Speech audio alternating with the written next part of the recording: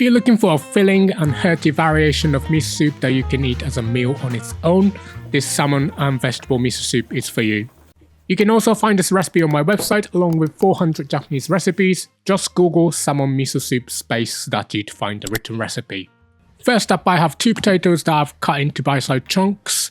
Place them in a bowl of cold water for about 5 minutes to help get rid of the excess starch that can make our soup cloudy.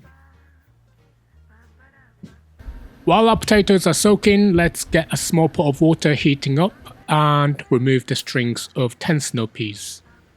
I like to use these as a garnish, so I blanch them separately, but if you're in a hurry you can totally skip the blanching and just toss the raw snow peas right into the dashi with everything else later.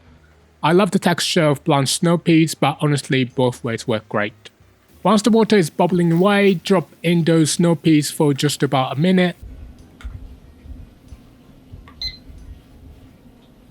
Drain them and set them aside. Once they're cool enough to handle, you can cut them in half to use as a garnish later.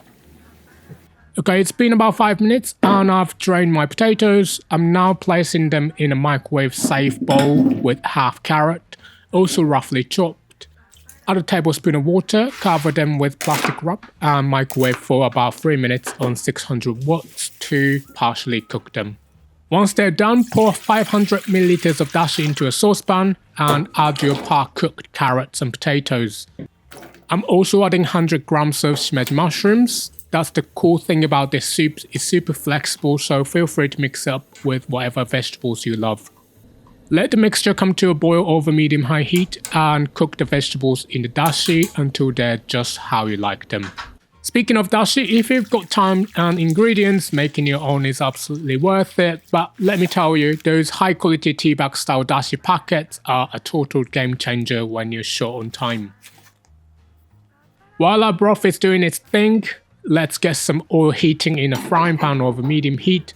Pat your salmon fillets dry with kitchen paper and sprinkle both sides with a bit of salt, then get them in a pan until they're beautifully browned. We're talking about 3 minutes per side. I usually go for 2 medium fillets for 4 servings. While dropping salmon into miso soup isn't exactly traditional in Japan, I discovered it's actually an awesome combo that just works. Trust me on this one, sometimes breaking with tradition leads to something surprisingly delicious. Once the salmon's done, take it off the heat. If you can time this to finish with the soup, you're golden. When those vegetables are perfect, turn off the heat and it's time for the miso magic. I prefer awase miso for this recipe. You might see it labelled as yellow miso in English. I'm using 2 tablespoons for 4 portions, but you might need to adjust the amount depending on how salty your miso is. Tasting as you go is your best bet. Here's a trick, don't just dump the miso straight in, instead grab a mesh spoon or ladle, put the miso in there, dip it in the broth and whisk it up. No fancy tools, no worries, just whisk the miso with a little broth in a small bowl first and then pour it in. All of these methods prevent lumps of miso swimming around in your soup.